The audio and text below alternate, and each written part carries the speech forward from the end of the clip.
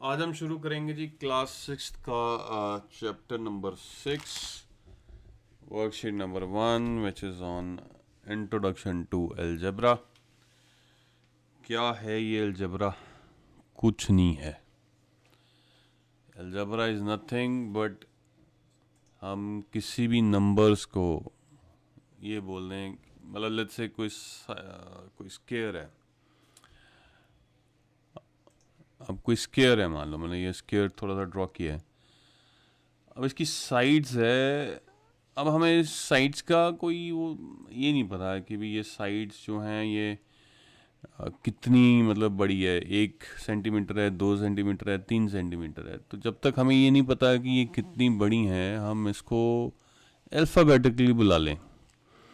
मान लो साइड को मैं एस से डिनोट करूं।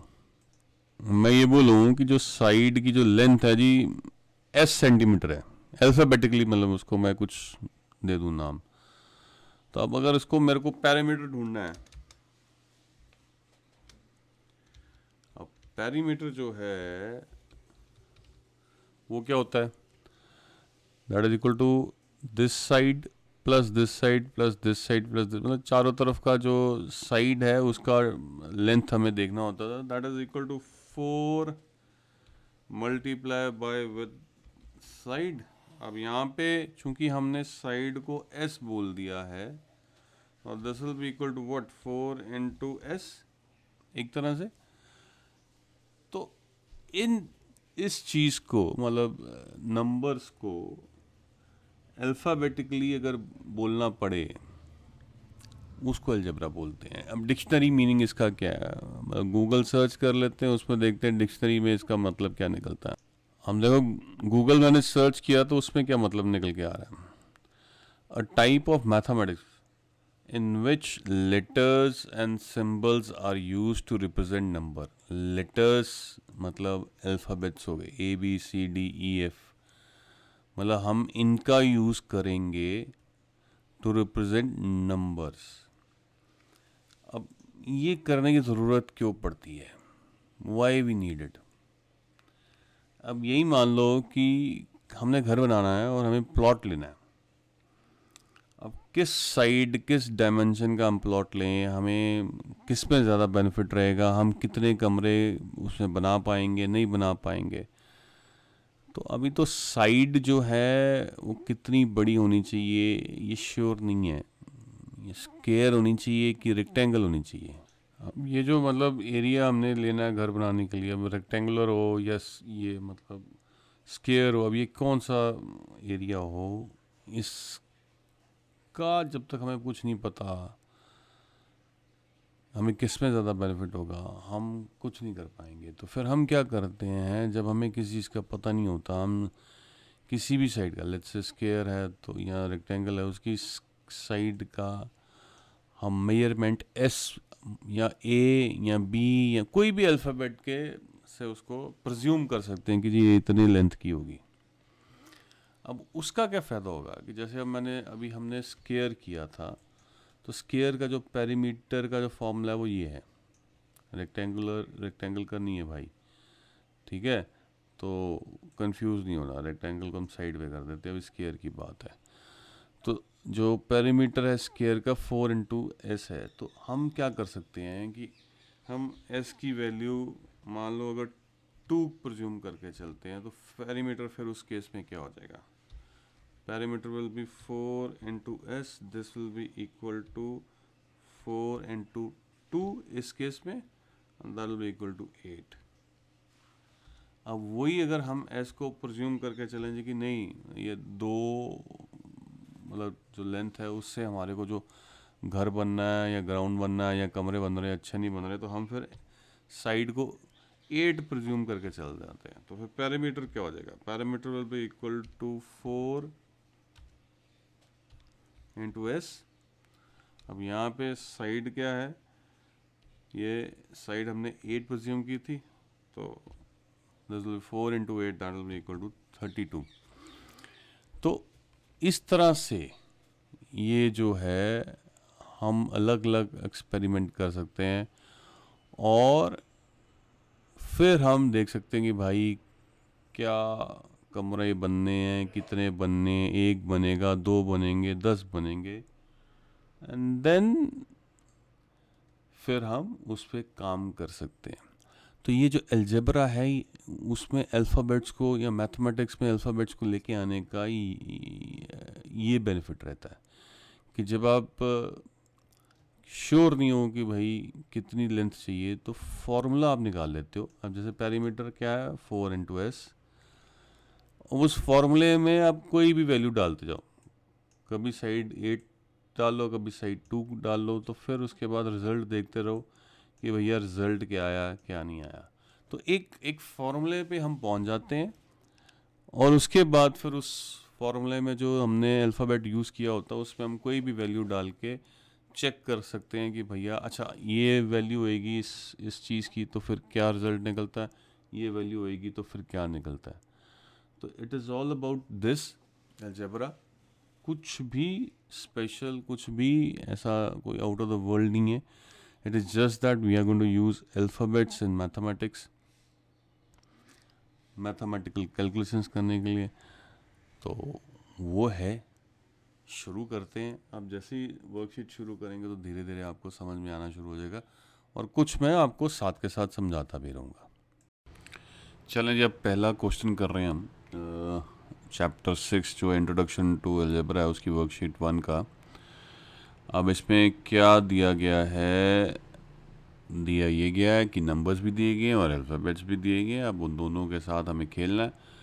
अब पहला क्वेश्चन क्या है, right the number which is 5 more than x। 5 more than x मतलब x से 5 नंबर्स आगे हो। तो वो कब हो सकता है, जब x में 5 हम नंबर ऐड कर दें। तो आंसर क्या होएगा, x + 5। अब उस तरह से अगला क्या है, 3 लेस देन y, मतलब y नंबर दिया गया है उसमें से 3 हमने लेस करने हैं। तो क्या करेंगे, -3 कर देंगे, नॉट सिंपल। अब अगला क्या है, 2 × z, मतलब 2 × z मतलब z + z, यही मतलब हुआ। तो इसको z + z को हम क्या लिख सकते हैं, हम इसको लिख सकते हैं 2 मल्टीप्लाई। अब इसमें मल्टीप्लाई का साइन कैसे मैं स्टार के साथ लगा रहा हूँ, 2 × z, 2 × z, या इसको आप 2z भी लिख सकते हो।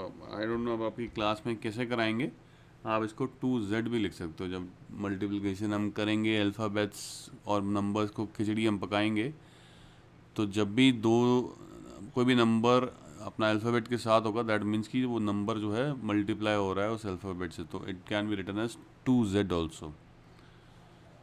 चले जी, अब आ जाओ जी, अब अगले में 1/3 ऑफ x,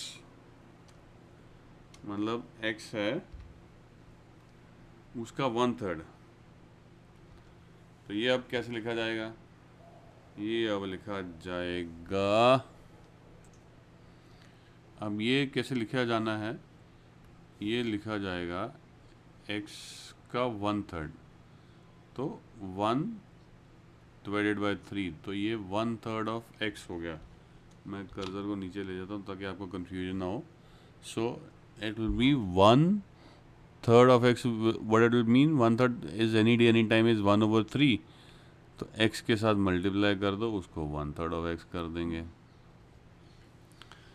अब अगला थोड़ा सा इंटरेस्टिंग है। अब अगले में क्या दिया हुआ है, 4 more than sum of a + b। पहले भाई सम ऑफ a + b क्या होगा, a + b तो a + b होने वाला है। सम ऑफ a + b क्या होगा, इनको ऐड ही करना ना। चलो ब्रैकेट डाल लेते हैं। अब हमें क्या कहा गया, 4 more than, मतलब इससे भी 4 कदम आगे जाना है। तो क्या करेंगे, हम 4 को ऐड कर देंगे, तो 4 more than a + b हो गया। तो ये हमारे आंसर्स हैं जो पहले सम के हैं। अब हम करेंगे दूसरा सम। अब हम करेंगे जी क्वेश्चन नंबर 2। अब इसमें क्या दिया हुआ है, right the following expressions using numbers, literal numbers and arithmetic operations. कुछ नहीं करना है, जैसे हमने पहले क्वेश्चन में किया वही करना है. शुरू करते हैं. x added to y. Very good. अब ये क्या इक्वल टू आ जाएगा x एडेड टू y. तो y में x ऐड हुआ है तो it will be written as y plus x. मतलब अब आप देखो तो एडिशन में तो कोई फ़र्क नहीं पड़ता, आप x प्लस वाई भी कर लो तो बात एक ही है. बट एज पर जो वर्ड्स लिखे हुए हैं उसके अकॉर्डिंगली तो ये y प्लस एक्स ही बनेगा. अब आ जाओ b पे. That is what m increased by 2. मतलब m इसको इंक्रीज करना दो 2 के साथ, तो हम क्या करेंगे 2 ऐड कर देंगे. तो ये क्या बन जाएगा m प्लस 2. अगला क्या, अगला तो इजी है यार, अगला तो इजी है. Sum of x y and z. Sum of x, ये क्या होगा ऐड कर देंगे. x में y ऐड होगा फिर z ऐड हो जाएगा, ये हो जाएगा तीनों का सम. तो sum of x y z क्या हो गया x plus y plus z. अगला क्या है 2 times p added to 3 times q. Very good. ये थोड़ा सा इंटरेस्टिंग है, इसको थोड़ा सा करना पड़ेगा हमारे को. तो ये क्या आंसर आ जाएगा. अब 2 टाइम्स p का मतलब क्या हो गया p प्लस p, यही मतलब हुआ. अब इसका दूसरा मतलब क्या निकला, इसका दूसरा मतलब निकला कि 2 मल्टीप्लाई बाई p. एक्सीलेंट. तो इसको हमने क्या कहा था, क्या सीखा था कि इसको हम 2p भी लिख सकते हैं. जब भी कोई नंबर अल्फ़ाबेट से मल्टीप्लाई करेगा तो उनको हम इकट्ठे लिख देंगे, साथ में मल्टीप्लिकेशन का साइन देने की ज़रूरत नहीं है. वो अंडरस्टूड है कि वो आपस में मल्टीप्लाई कर रहे हैं. तो 2 टाइम्स p क्या हो गया 2p. नाउ इसमें सॉरी इट जो 2p है 2 times p is added to 3 times q. तो पहले भाई 3 टाइम्स q ढूंढो. तो 3 टाइम्स q का मतलब क्या हो गया 3 मल्टीप्लाई बाई q. अब वो क्या होता है 3q. तो 3q में हमने क्या ऐड करना है, हमने ऐड करना है 2p. तो आंसर क्या आ जाएगा 3q प्लस 2p. अब ये 2p प्लस 3q भी लिख सकते हो, क्योंकि एडिशन में कोई फ़र्क नहीं पड़ता कि आप कौन सा नंबर पहले लिख रहे हो कौन सा बाद में लिख रहे हो. पर अगर स्ट्रिक्टली हम अल्फ़ाबेट्स या जो लिखा गया है उसके अकॉर्डिंगली. अब अगले क्वेश्चन में क्या है 1/3 the sum of a and b. अब ये इक्वल टू क्या बनता है sum of a and b.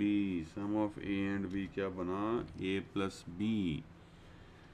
अब उसका क्या कह रहे हैं, उसका 1/3. तो इसको अब कैसे लिखोगे भाई, इसको अब लिखने के लिए हमें पेन की ज़रूरत पड़ जाएगी.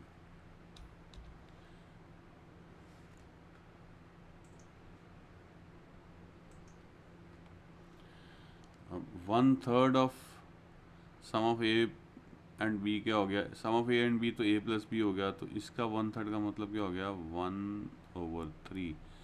अब इसको बीच में मल्टीप्लाई साइन डालना वो डालो, नहीं तो 1/3 ऑफ a एंड b तो ऐसे ही लिखा जाएगा 1/3 ब्रैकेट में a को ऐड में a में ऐड करो b. सम आ जाएगा ना उसका. चलें जी, अब आ जाओ अगले क्वेश्चन पे. अगला क्या है 4 लेस देन x. x से 4 लेस. तो क्या करेंगे सब्ट्रैक्ट करेंगे. कितना करेंगे सब्ट्रैक्ट 4 कर देंगे, बिकॉज 4 से 4 लेस देन x है, मतलब x से 4 कदम पीछे जाना है हमारे को. तो पहले x आ जाएगा, फिर उसके बाद माइनस का साइन आके 4 आ जाएगा. अब उसके उलट आ रहा है x लेस देन 4. अब अगला क्या है x लेस देन 4. इसको आप कैसे लिखोगे कि 4 में से x को माइनस करना है। वो x कोई भी नंबर हो सकता है, 1 2 3 4 5 6 में से कुछ भी नंबर हो सकता है, पर x लेस देन 4 का मतलब क्या होगा कि 4 से x कम। तो 4 में से x कम करने हैं तो पहले हम 4 लिखेंगे, फिर माइनस का साइन डाल के x लिख देंगे। अगला क्वेश्चन बड़ा इंटरेस्टिंग है भाई। क्या लैंग्वेज लिखी है किसी को भी कंफ्यूज करने के लिए।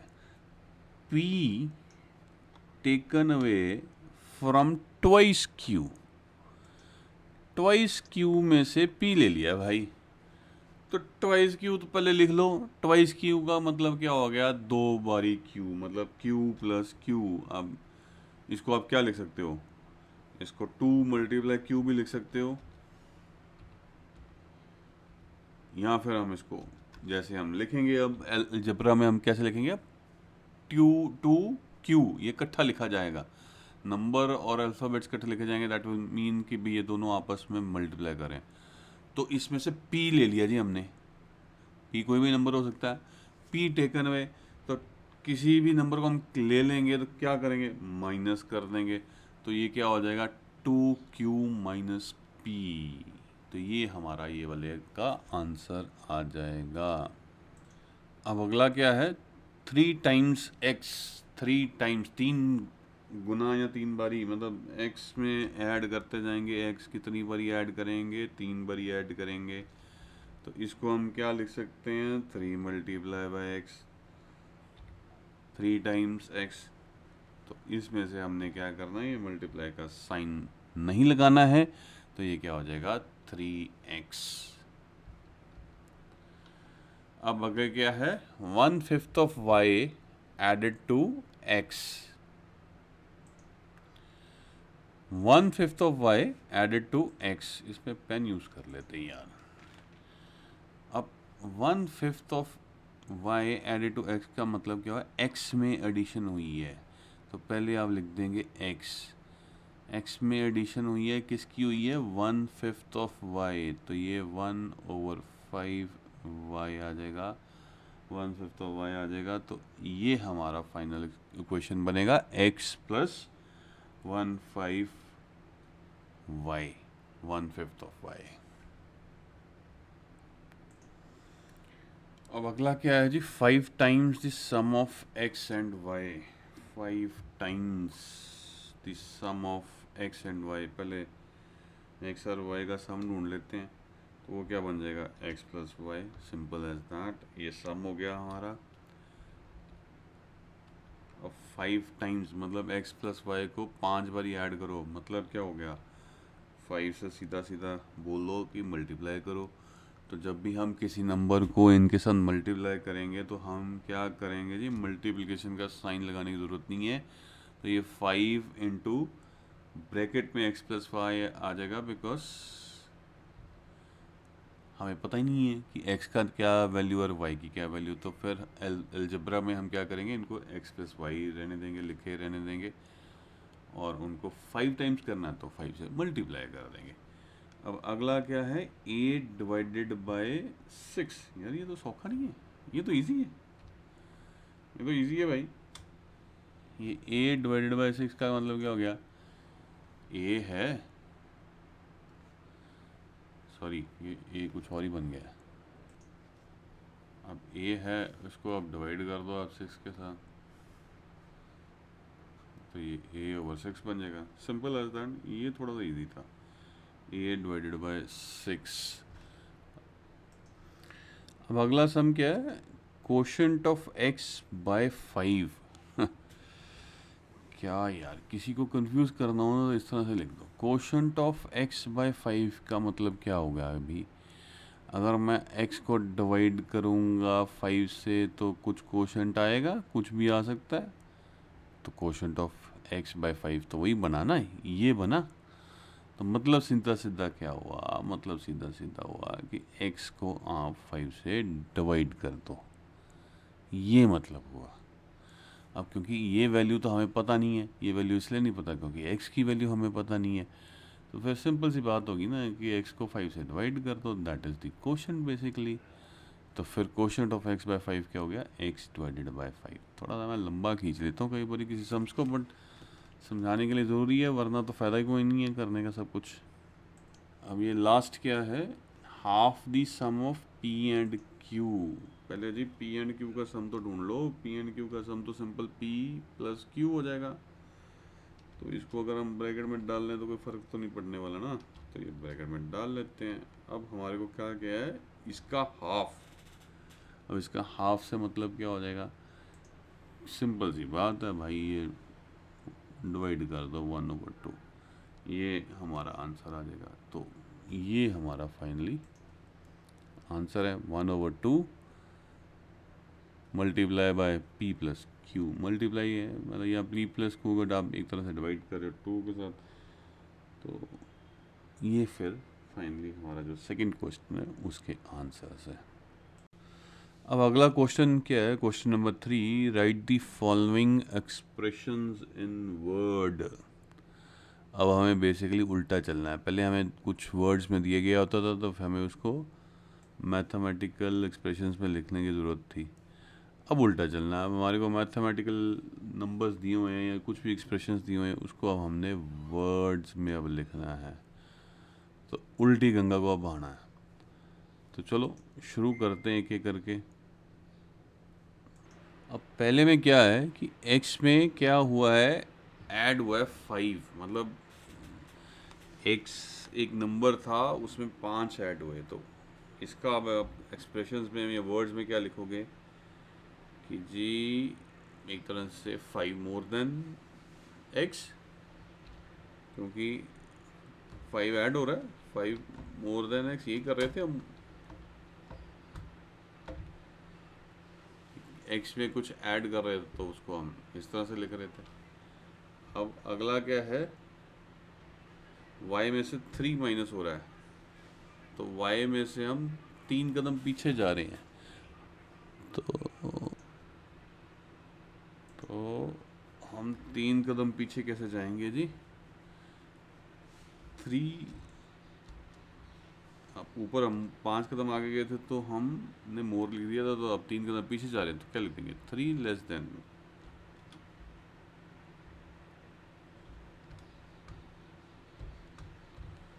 वाई यही बनेगा। अब अब अगले में क्या है, 2 डिवाइडेड बाय 3 इंटू एक्स, ये मल्टीप्लाई बाय एक्स है। तो 2 डिवाइडेड बाय 3 को हम क्या लिख सकते हैं, इसको हम 2/3 भी लिख सकते हैं, कोई प्रॉब्लम नहीं है। अब 2/3 ऑफ व्हाट, 2/3 ऑफ, यहाँ पे क्या दिया हुआ है x, तो 2/3 ऑफ x कर सकते हो। यहाँ अगर थोड़ा सा और लिखना है, ऑफ नंबर x लिखना है, ऐसे लिखना है तो ऐसे लिख लो। अब आई डोंट नो आपकी बुक में कैसे कराएंगे या आपकी क्लास में कैसे कराएंगे। 2/3 ऑफ x भी अच्छा है, मतलब अभी जितने भी हमने कई क्वेश्चंस की उसमें यही वर्डिंग यूज़ हुई है। या 2/3 ऑफ अ नंबर x, कुछ भी आप लिखना चाहो आप लिख सकते हो। आगे क्या है, 4z। अब 4z का मतलब क्या हुआ, 4 मल्टीप्लाई बाय z, मतलब क्या हुआ, मतलब ये हुआ कि z plus Z plus Z plus Z, मतलब यही हुआ ना 4z का। तो मल्टीप्लिकेशन का तो मतलब ये होता है ना, उस नंबर को उतनी टाइम्स ऐड करो। तो अब नेट नेट क्या हो गया, 4 टाइम्स z हो गया, मतलब z जो है 4 बार ही आएगा तो 4 टाइम्स z आ जाएगा।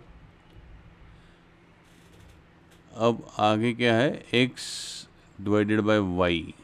अब अगले में क्या है, x डिवाइडेड बाय y। तो इसको यार सिंपल लैंग्वेज में भी लिखना होना तो x डिवाइडेड बाय y लिख दो, अपना काम बन जाएगा। पर क्या है कि हमारे को ना सम्स को या लैंग्वेज को हमें कॉम्प्लिकेटेड लिखने का आदत है। तो इसको हम क्या और लिख सकते हैं, यार एक वर्ड यूज हुआ था, क्वोशंट।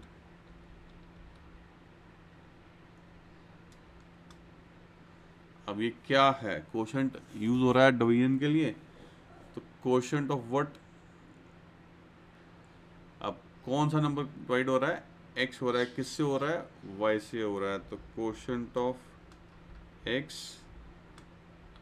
बाय वाई, मतलब जब हम इसको ब्रैकेट में लिखेंगे, डिवीजन करेंगे, तो इसका मतलब ये निकल के आ जाएगा कि जी अगर हम x को डिवाइड करते हैं y से, तो जो आंसर आता है वो यहाँ पे चाहिए। तो ये बेसिकली क्या हो जाएगा, x डिवाइडेड बाय y। तो x ओवर y को हम quotient of x by y भी लिख सकते हैं। अब लास्ट कौन सा है, 2a प्लस 3b, मतलब 2a में बेसिकली हो क्या रहा है, 3 टाइम्स b जो है या 3b जो है वो ऐड हो रहा है। तो इसको अब लिखेंगे कैसे, इसमें हम क्या लिखते थे कि जो नंबर बाद में ऐड हो रहा था उसको हम पहले लिखते हैं जी 3 टाइम्स b,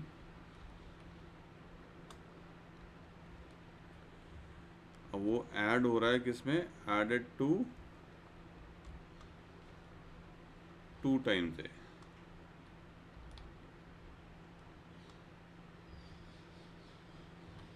यही हो रहा है, 3 times b is getting added to 2 times A. तो ये है क्वेश्चन नंबर 3। अब हम करेंगे जी फोर्थ क्वेश्चन, फोर्थ के बाद 5 6 7 8, अभी अब हैं काफ़ी हैं यार। अब हम करेंगे जी क्वेश्चन नंबर 4। अब इसमें क्या है कि there are 38 students in a class and if x more students join the class, how many students are there in the class। अब हमें ये ढूंढना है अलजेब्रा में हम इसको किस तरह से लिखेंगे, किस तरह से नहीं लिखेंगे, अब हमें ये बताना है। चलिए शुरू करते हैं क्वेश्चन, फिर आपको समझ में आएगा अलजेब्रा की ज़रूरत क्यों पड़ती है, क्यों, इसलिए ये भी एक मैथ्स का इम्पोर्टेंट पार्ट है। तो इस क्वेश्चन में सबसे इम्पोर्टेंट हमारे को अब क्या है दिया हुआ है, number of students in the class कितने हैं वो हमारे को दिए हुए हैं, और कितने और ज़्यादा ज्वाइन किए ये हमारे को x के फॉर्म में दिया हुआ है। तो अब ये x इसलिए दिया है कि भाई अब कल को जो स्कूल मैनेजमेंट है वो अगर ये कैलकुलेट करने लगे कि भैया अगर 2 ज्वाइन करेंगे तो कितने हो जाएंगे, 10 करेंगे तो कितने हो जाएंगे, सो अभी उन्होंने डिसाइड नहीं किया कि एग्जैक्टली कितने करेंगे, तो उन्होंने फिगर x दे दी, ठीक। तो अब फिर टोटल कितने हो जाएंगे, 38 पहले हैं, x और ऐड हो गए हैं, तो अब ये कितने बन जाएंगे, ये 38 प्लस x बन जाएंगे। तो ये आंसर हमारा आ जाने वाला है अलजेब्रा के फॉर्म में। अब इसका बेनिफिट क्या है, ये एक फॉर्मूला बन चुका है, अब x की आप वैल्यू कुछ मर्जी डालते जाओ तो आपको वेरियस आंसर्स आपको मिलते जाएंगे। तो इस तरह से ये अलजेब्रा हमारे लिए इतना इम्पोर्टेंट है कि जब आप श्योर नहीं होते हो किसी वैल्यू को लेके कि भैया ये कितना होगी, तो आप कुछ भी x y z कुछ भी प्रिज्यूम कर लेते हो और फिर उसके अकॉर्डिंगली आगे चलते हो। चलिए करते हैं अगला क्वेश्चन। अब अगले क्वेश्चन में क्या कहा गया कि 3 sides of triangle are x centimetre, y centimetre and z centimetre, ये भी अल्फ़ाबेट्स में हमें दिया गया।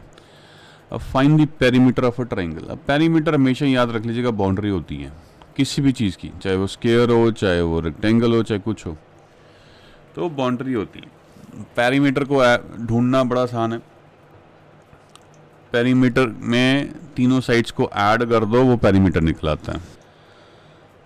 अब यहाँ पे अलजेब्रा किस काम में आ रहा है कि जब आप श्योर नहीं हो कि ट्राइंगल की मैं साइड्स कितने सेंटीमीटर बनाऊँ, तो फिर आप उसमें एक्स वाई जेड प्रिज्यूम कर लेते हो, फिर उसमें कभी भी कोई भी वैल्यू डाल के आप चेक करते रहते हो कि भाई इतनी वैल्यू होएगी तो फिर क्या ट्राइंगल के मेजरमेंट्स रहेंगे, क्या पैरामीटर रहेगा। तो यहाँ पे अलजेब्रा तुम्हारे काम आता है। अब इस सम को करेंगे कैसे, सम बड़ा सिंपल है, 3 साइड्स दी हुई हैं, पेरीमीटर ढूंढना है, सिंपल ऐड कर दो तीनों साइडों को, तो ये तुम्हारा आंसर आ जाएगा।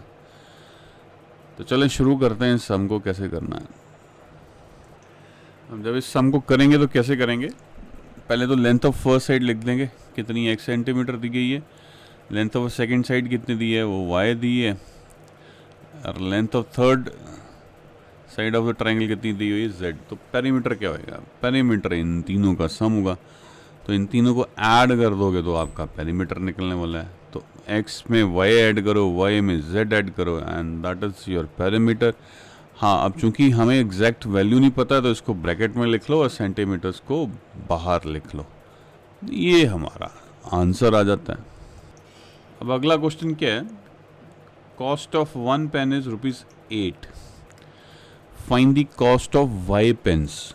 एक पेन की तो कॉस्ट बता दी, पर ये नहीं बताया कि कितने नंबर ऑफ पेन्स हैं। अगर पता होता नंबर ऑफ पेन्स कितने हैं तो सिंपल मल्टीप्लाई करो, आंसर निकल आता है। पर अब भी चूंकि हमें टोटल पेन्स की कॉस्ट ढूंढनी है तो करना हमें फिर भी वही है। तो कॉस्ट ऑफ 1 पेन कितनी है, ₹8, and total number of pens कितने हैं, y। तो जब इनकी कॉस्ट निकालेंगे तो क्या करेंगे, मल्टीप्लाई कर देंगे इनको। देखो, अगर मान के चलो हमारे पास 2 पेन होते हैं, तो मैं अगर उन 2 पेन की कॉस्ट निकालता तो क्या करता, 8 + 8 कर लेता, 16 आ जाता। एक ऑप्शन ये थी। अब वही दूसरा ऑप्शन मेरे पास क्या है कि मैं इनको मल्टीप्लाई कर लूँ, मतलब कॉस्ट ऑफ 1 पेन को मल्टीप्लाई विद कर लूँ with the number of pens, answer फिर मेरे को निकल आती है क्योंकि टोटल कॉस्ट कितनी है। अब मान लो अगर 100 हो तो 8 को 100 टाइम्स ऐड तो नहीं करूँगा ना, तो मल्टीप्लाई करूँगा ना।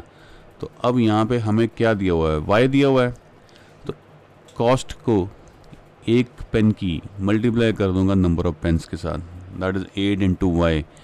अब हम अलजेब्रा में इसको 8y भी लिख सकते हैं, तो ये हमारा आंसर आ जाने वाला है। तो इस तरह से हम सम करने वाले। क्वेश्चन नंबर 7 क्या है जी, Neha has 7 more toffees than Megha. If Megha has x toffees, how many toffees does Neha have. तो मेगा की टॉफीज हमें बता दी गई हैं, पर बताई वो उन्होंने x के फॉर्म में, जी x है, मतलब एग्जैक्ट फिगर नहीं बताया, एग्जैक्ट नंबर नहीं बताया, बट ये कह दिया गया जी कि भी x है। तो चलें अब इसका आंसर करते हैं कि इसको लिखेंगे कैसे। अब हमें क्या इन्फॉर्मेशन अवेलेबल है, हमें ये पता कि मेगा के पास कितनी टॉफ़ी है। तो number of toffees with mega अब कितनी है जी, ये है x। अब अगली इन्फॉर्मेशन हमारे को क्या दी है, number of toffees Neha has more than mega, मतलब नेहा की कितनी ज़्यादा टॉफीज जो है नेहा ने मेगा से ज़्यादा है नेहा के पास। हमारे को जो दिया गया है, नेहा है 7 more टॉफीज, तो यहाँ पे क्या आ जाएगा 7। तो ये इतनी मेगा के पास है और ये डिफरेंस है, नेहा के पास इतनी और ज़्यादा है। तो फिर number of toffees with Neha कितनी बनी, तो number of toffees with Neha कितनी हुई, मेगा से 7 ज़्यादा है, तो मेगा की कितनी है x, और 7 ज़्यादा है फ्रॉम दिस, तो इसमें हम 7 ऐड कर देंगे, तो फिर number of toffees with Neha कितनी निकल के आ जाएंगी, x + 7। तो ये हमारा आंसर है। अब ये वाले सम को कैसे करेंगे जी, अंशुल का एज दिया गया है कि he is Z years old, और पूछा क्या गया, how old was he 3 years ago। भाई 3 साल पहले वो कितनी उम्र का था, इसमें तो कुछ ज़्यादा दिमाग लगाने वाला नहीं है। अब करंट एज ऑफ अंशुल क्या है, Z years लिख लो। अब पूछा क्या गया, how old was he 3 years ago, 3 साल पहले वो कितना था। मान लो आज की डेट में अगर वो 5 साल का है तो 3 साल पहले कितनी एज थी, 5 में से 3 माइनस कर देंगे तो फिर हमें आंसर आ जाएगा। तो इसमें अब क्या करेंगे, आज की डेट में एज उसकी Z है, 3 साल पहले वो पूछा गया कि कितनी उसकी एज थी, तो Z में से 3 माइनस कर दो तो आंसर आ गया आपका। इसमें ज़्यादा कुछ है नहीं है सिखाने के लिए, कहने के लिए, करने के लिए। अंशुल से एज 3 years ago अब कितनी है, अभी आज की डेट में क्या है, Z है, और पूछा गया 3 साल पहले कितनी थी, तो 3 माइनस कर दो तो -3। ये आपका आंसर है। और इसको ब्रैकेट में ले लो और इसके बाद ईयर्स लिख दो। 3 years ago उसकी एज कितनी है? Z-3। So with this we have come to end of this worksheet. अच्छी लगी हो तो लाइक कर दीजिएगा, शेयर कर दीजिएगा, और जिन लोगों ने सब्सक्राइब नहीं किया प्लीज़ सब्सक्राइब कर लीजिएगा। Thanks for watching.